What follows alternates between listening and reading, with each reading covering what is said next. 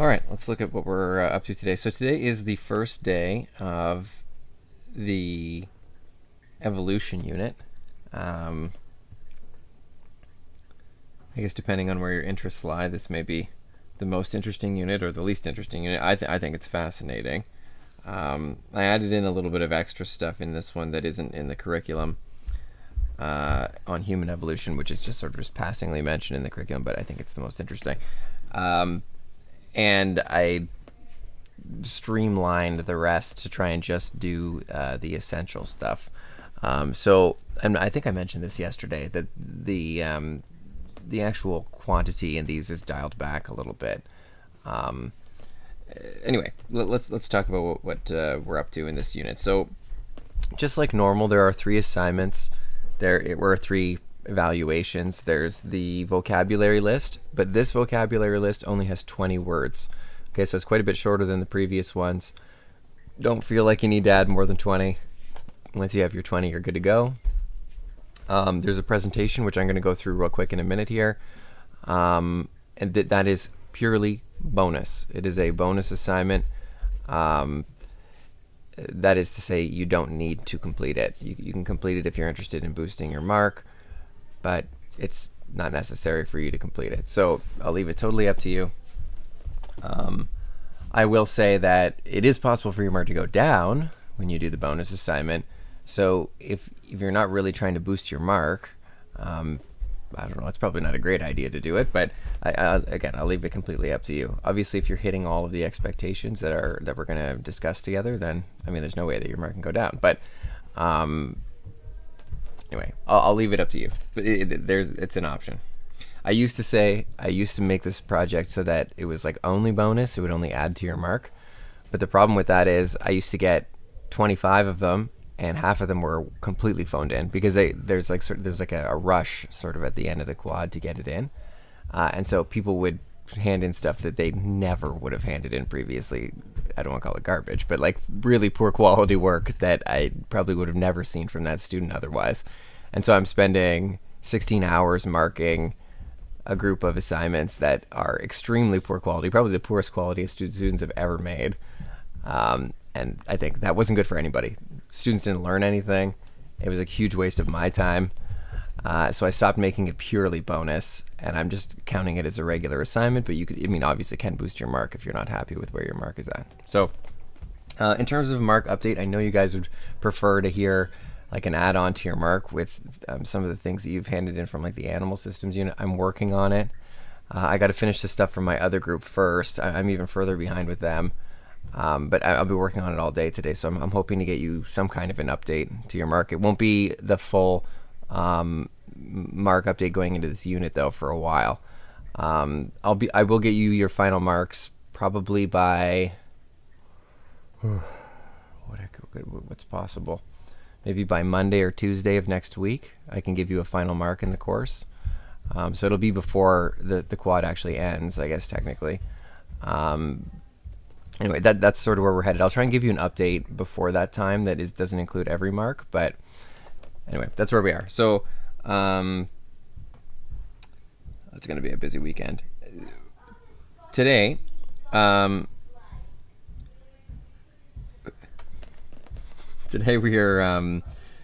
going to do sort of an introduction to the idea of evolution. That's how we're going to start.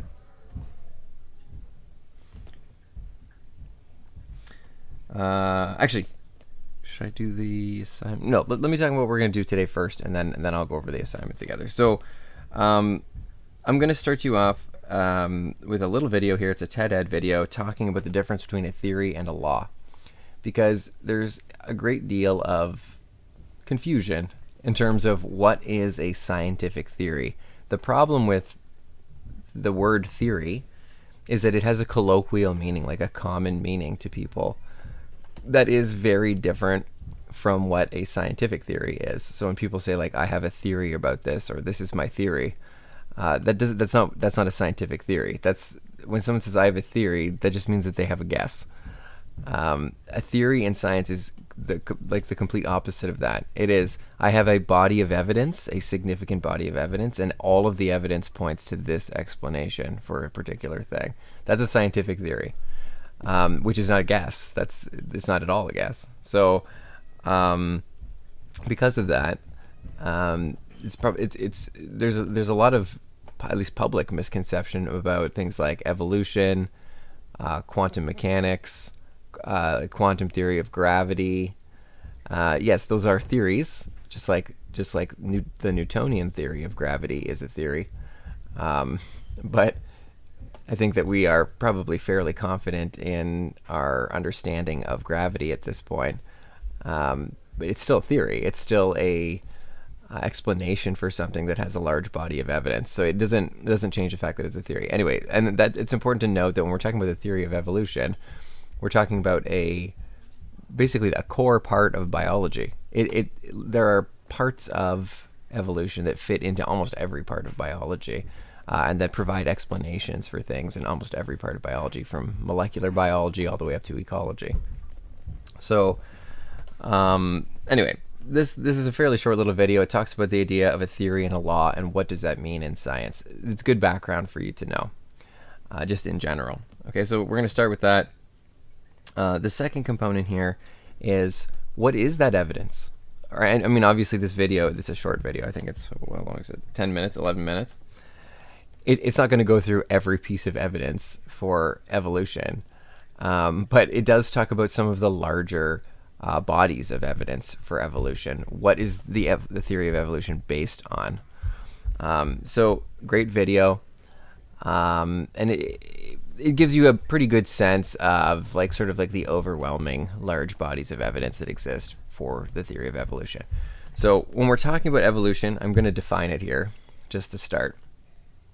What we're talking about is change in organisms over time. And I mean, I'm talking about genetic change. So, for example, we in the genetics unit talked about alleles. Hopefully everybody remembers what an allele is. It's like a version of a gene, right? So you could look at the frequency of a particular allele in the population. Let's say that you looked for the allele for blue eyes, okay? And you looked through the population, and 80% of people have the allele.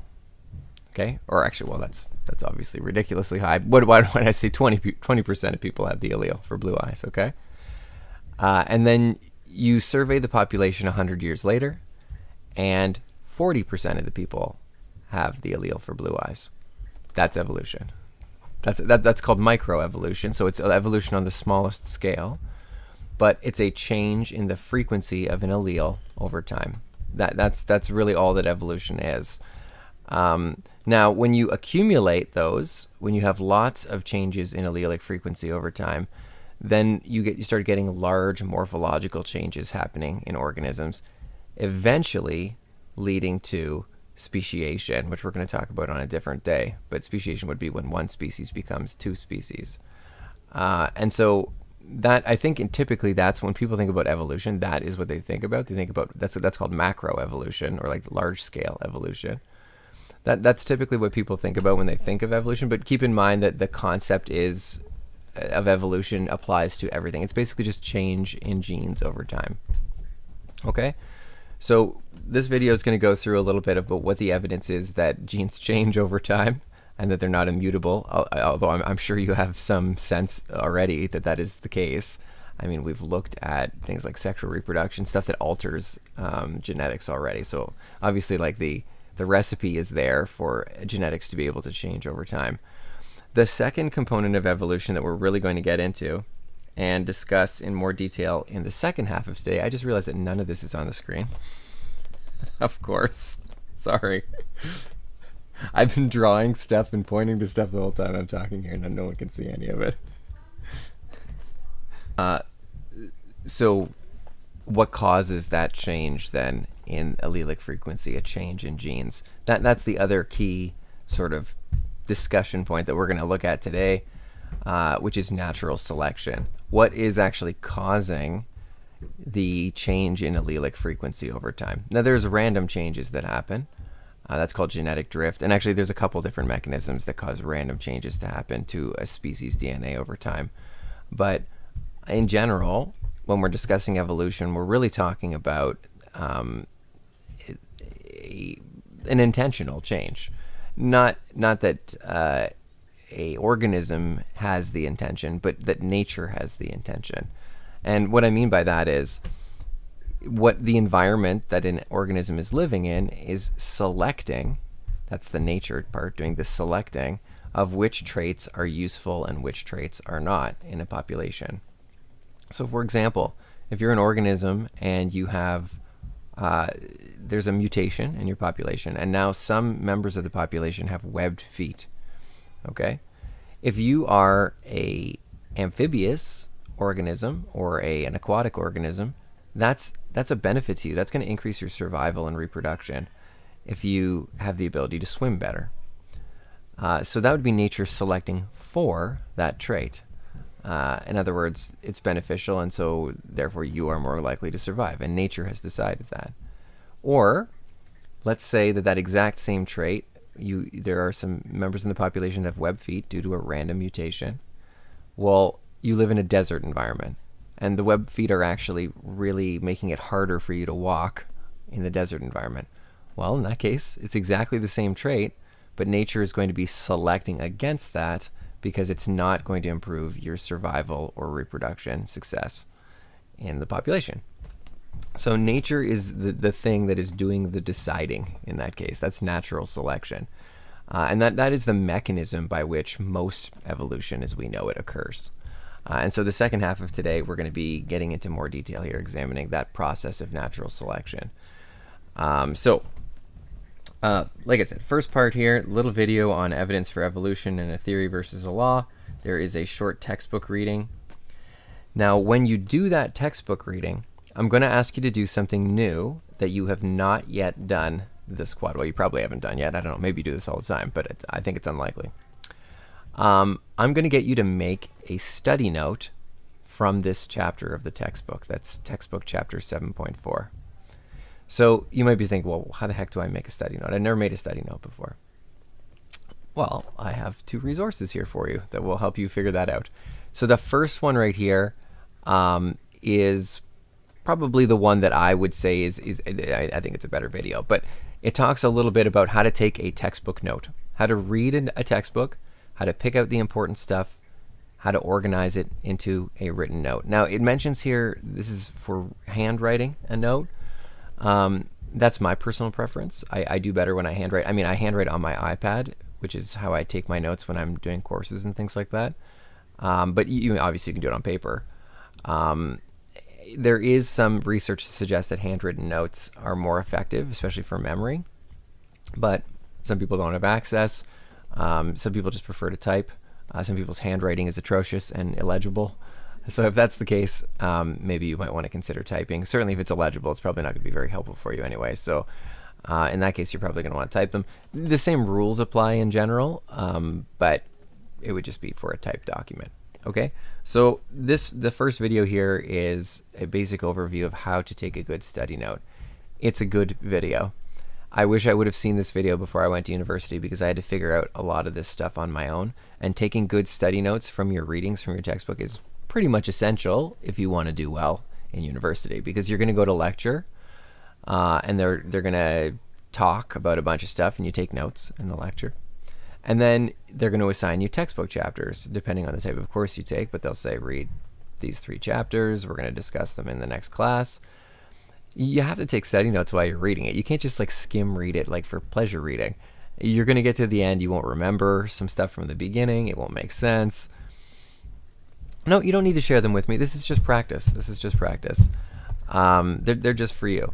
But anyway, the reason I threw this in here is because in speaking with students that have come back from university, a number of them have mentioned to me over time that there are certain skills that we just don't teach in high school, or we never even talk about, that are, I don't want to call them keys to success, but they're kind of important.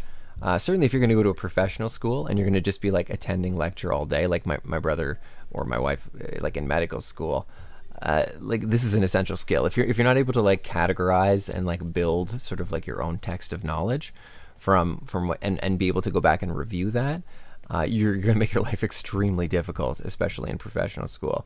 And so this is an essential skill. I mean, you really can't get out of things alive without having some organized method for taking notes. So I added this to the course right here.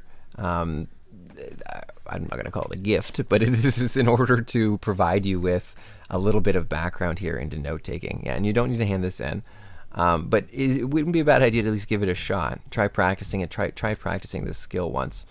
And see how it works for you. See, I mean, me personally, this is extremely useful. I use something similar to this. I think I mentioned this already, that I've been taking a Python course, and I take my own notes. Now, I don't handwrite them, I type them, but I'm mostly typing them again, because my handwriting is not it's not the greatest handwriting in the world. And the key thing for my notes is that I have to be able to go back and review them and be able to read them properly. So I do type them, but which I think is fine. But as I go through a course, and I do this during the lecture component as well, but I note things. And then when I do the reading section, I have a textbook for my course. I go through the textbook. I make chapter notes from the chapters in my own words. And then that's the key thing here. Like, everything in here is stuff that I wrote. I didn't like look up the definition for like, okay, well, what does a list variable do? I read the thing and I said, okay, well, this is what it does. The in your own words part is important because this is you synthesizing the knowledge from what you've just read. You're actually creating an understanding for yourself from what you've just read, as opposed to just simply reading something and saying, okay, this is the definition. That doesn't necessarily create an understanding for you. It just places a set of words in a certain order into your brain. There may be no understanding that occurs. When I was in high school, which I guess is a long time ago now, that's kind of sad. Every single course in high school was you go to what is essentially a lecture, and somebody talks. Oftentimes there are overheads involved. Nobody has overheads anymore, but there are overheads involved, and you just wrote notes the entire time. I could show you my high school notes. It's binders and binders of me writing things. And that's not a great way to learn. It's one of the reasons why I make course notes now. It's for highlighting. It's so you can see if you have a diagram in front of you about what I'm talking about. But it's not necessarily that you're writing out everything that we're learning together. I don't personally find that helpful. Now, after that point, though, there's a secondary process that occurs where you have to synthesize it. And a lot of people that I knew didn't do this in high school. They made their written notes. They wrote out stuff in class, and then they never looked at them again. If you do that, the writing out of the notes is basically worthless. It doesn't do anything for you. Yeah, sure, you can go back and maybe review them before the test, which is what we had to do. But you got to make study notes, and I did it. Everybody did it. It's so valuable to go through and organize the data in a way that it makes sense to you, to draw connections between things, maybe reorganize things in a way that makes more sense in your brain, put things in your own words. And in doing that, I mean, that's where I really excelled, I think, in high school. And my brother as well. I could show you his written notes from, or his notes from high school, and it's probably insane. He was a lot more academically inclined than I was, but his notes were intense. So all this comes back to the idea here is that taking textbook notes is probably an essential skill for you if you're planning on doing post-secondary. The first video is pretty good. Now, I put a second video in there as well if you'd like a sort of a different take on this. It has a little bit of extra stuff, some tips and things, but I mean, you don't need to be watching videos about taking notes all day. So I provided this as an extra resource, but you don't have to watch a second video if you're not interested. Okay? So just as a heads up, you're going to read this chapter, chapter 7.4, and make your own note. Okay? Maybe something that you've never done before. All right? Sort of following the guidelines that are in this video. All right. You're also going to need to create a homework document for this unit, as you probably or hopefully have been doing for every unit up until now. Remember that your homework portfolio for the second half is going to come due at the end of this unit as well. So on the Friday of this week, you'll be done the course. You're going to submit your homework portfolio for the second half, which would be unit 3, 4, and 5. Okay, so there should be 3 documents. It should already be visible there if you look on the assignments page. I think it's the last assignment that's posted. It just says homework portfolio, final homework portfolio or something like that. And that's where you submit your homework documents. So there are a couple of questions from the text that you're going to do. And then there's a little exit quiz. Okay, so this is for block 1. And I will go through the project in 1 second, but I'm going to give you a brief overview of what you're going to do today. So the second half of the day, you're going to be watching a little video that discusses the idea of natural selection.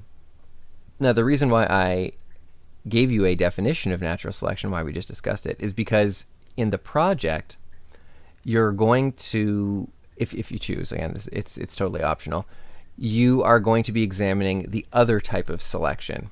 So natural selection is when nature does the selecting, but humans can also do the selecting.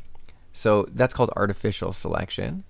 Artificial selection is when a human goes into a population and says, okay, you 5, you're good. I like the traits that you have. I'm going to breed just you. And then you get another population from that. And then you look at that population and you say, okay, you 7 are the best for my particular purpose, whatever that is. And then you take them and then you breed them. So we use this all the time. We've been using it for thousands of years to breed horses, to breed dogs. Well, we've been doing it for 50,000 years with dogs. That's where modern dogs came from. We took a gray wolf and we selectively bred them to all of the different breeds of dog that currently exist. We'll talk about this more later, but this is something that humans do all the time. Every crop we grow, every animal that we farm, all of them, without exception, have all been artificially selected. So in the project, and I'll go through the project in a second, you're going to choose a occasion where humans have used artificial selection. And it sort of runs contrary to the idea of natural selection because it's just a different thing doing the selecting as opposed to nature. Okay, so there is a gizmo that goes along with the second half here. I'll open up the little document that goes along with it. There are some sort of prior knowledge questions that you do first, and then it's a lab activity where you have a group of bugs. And you know what? I think it'll be helpful if I just actually open the gizmo right now and look at it with you. What it is a simulation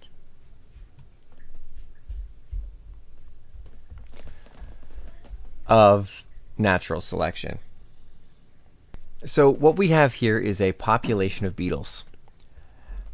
Now, they have a specific color. This is all about color. So we're only looking at one single trait in these beetles. We're looking at the color of their carapace.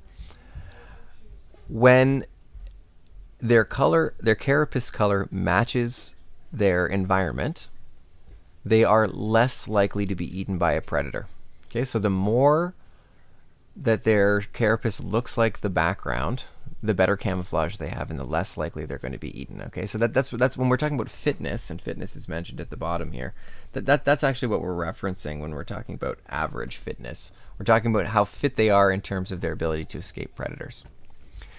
When I start this simulation, what's going to happen is that there are going to be some random mutations in the population. In other words, new alleles are going to be present in these organisms, because right now they all have the exact same genetics. If you look at them, their carapace is all the same color, their genetics are identical. So when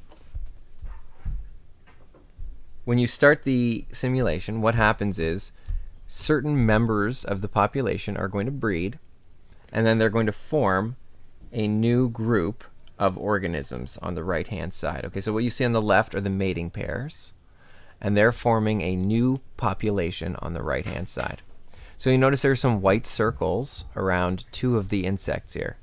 Those 2 have experienced a random genetic mutation.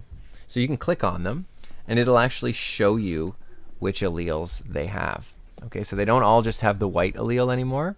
This one has white, white, white, white, blue, white. Okay, so it has a new allele just due to random mutation.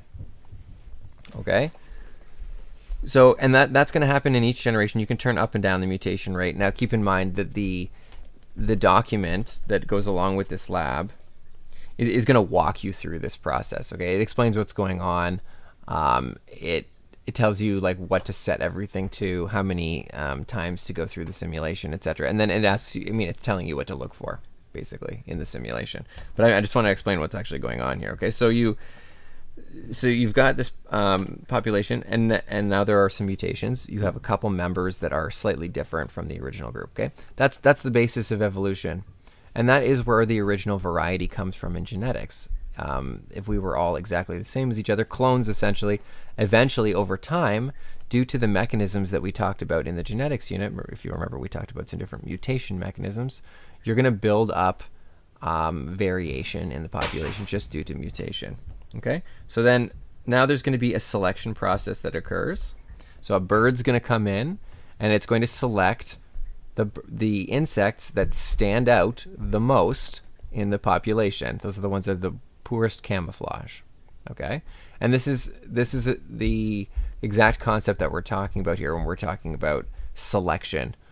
We're talking about nature, the environment, selecting which insects are the most ideal, and in this case the most ideal color, okay, for survival. Okay, so a bird comes, eats them, and then what's left over is going to form the next generation. So these mating pairs are going to create offspring.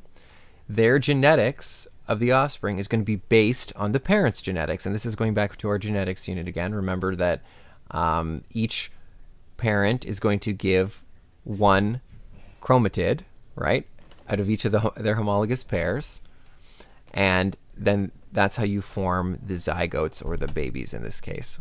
Okay, so it's going to take one of these chromosomes from each parent. Now I don't think that there's any crossing over or anything happening in this simulation, so this is skipping over crossing over. So for example, this first mating pair up in the top corner is going to give the first one is going to give one of these two chromosomes, either the left one or the right one, and then the other parent is going to give one of their two chromosomes, the left one or the right one. And then when the babies show up, you can actually go through, and look at their genetics, and you'll see that they have exactly that. So there's the one that has the cyan one from the one parent, and the rest of them just got white ones from the parents. Okay, but it's one from each parent. And then again, there's new mutations that have occurred.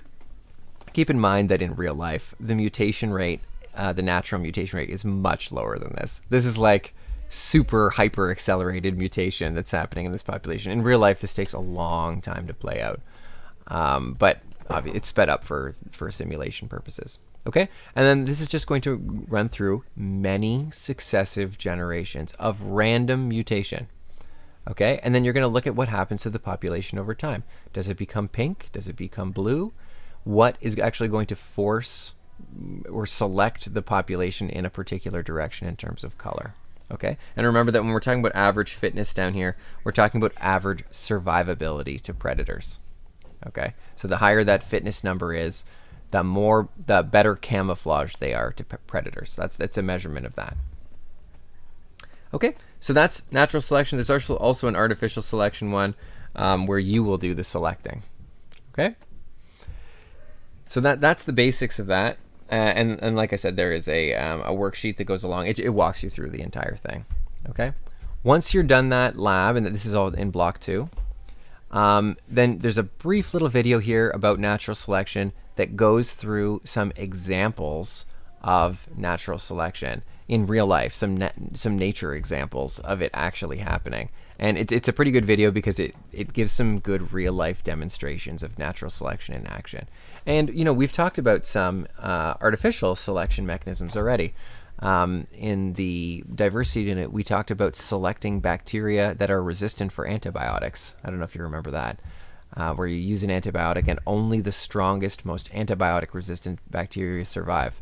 That's artificial selection. That's exactly what we've done there. Humans have chosen which bacteria are going to survive and reproduce into the next generation. So that's one example, but they're going to talk about some other examples here in this video as well. It's pretty short.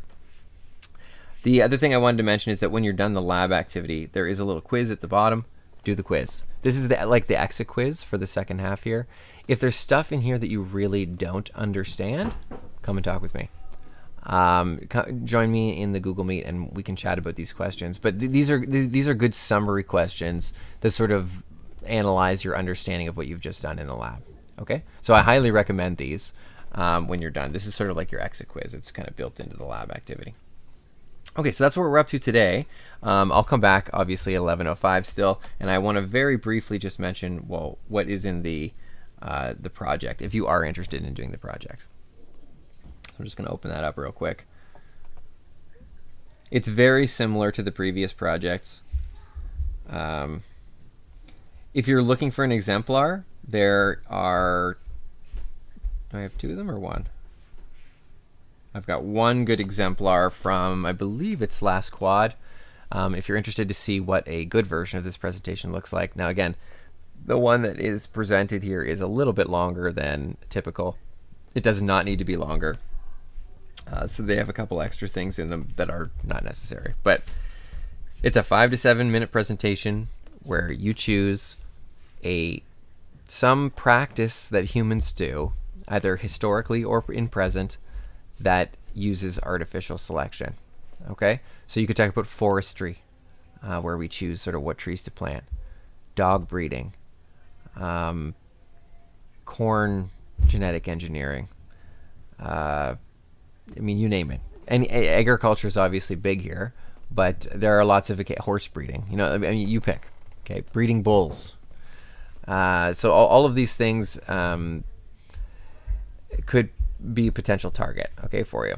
And the idea here is that you're going to demonstrate your knowledge of artificial and natural selection, and you're going to explain how artificial selection is used on your chosen industry or species.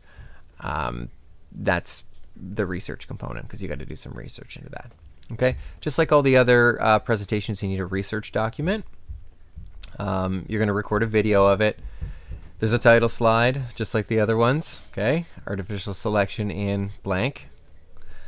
The first part here is that you're just going to tell me about what is artificial selection and natural selection. We just discussed it together, but we're going to get into it in more detail, obviously, over today. So, but tell me about it. How are they similar to each other? What is evolution in general? We discussed it briefly here, but we'll talk about it in more detail, obviously. And so yeah, so that's the first part. So you're going to be telling me about. You guys okay?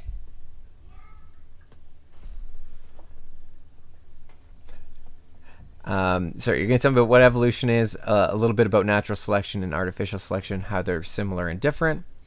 Then you're going to get into your specific example species or industry, because it could be forestry, industry. It doesn't necessarily have to be one species of tree. And tell me about how did they actually employ natural selection? What is or artificial selection? What is the actual process that they use in that industry? What traits do they select for in that industry, or against, potentially? Against would be things that they don't want, undesirable traits that they're making sure don't exist in the next population.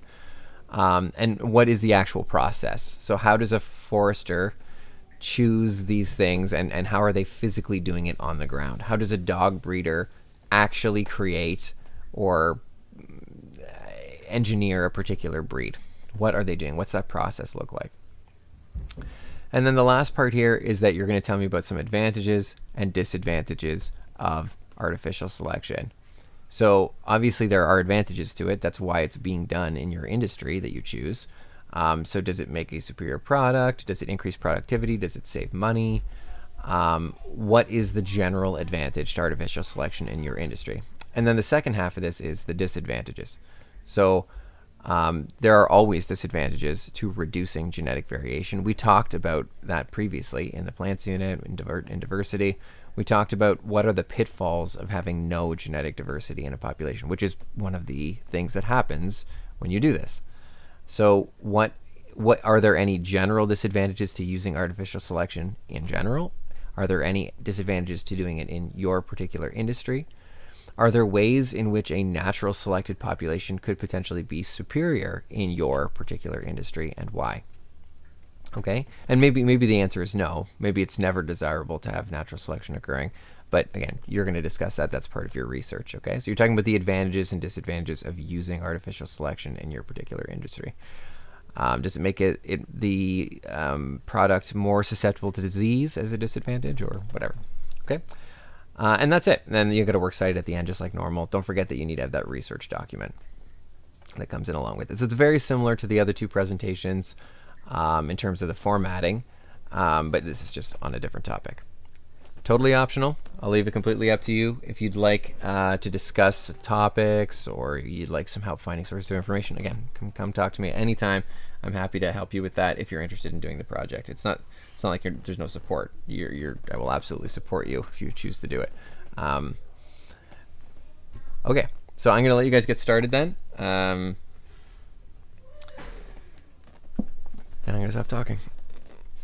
Good luck, and I will be here, so let me know if you need anything. Okay?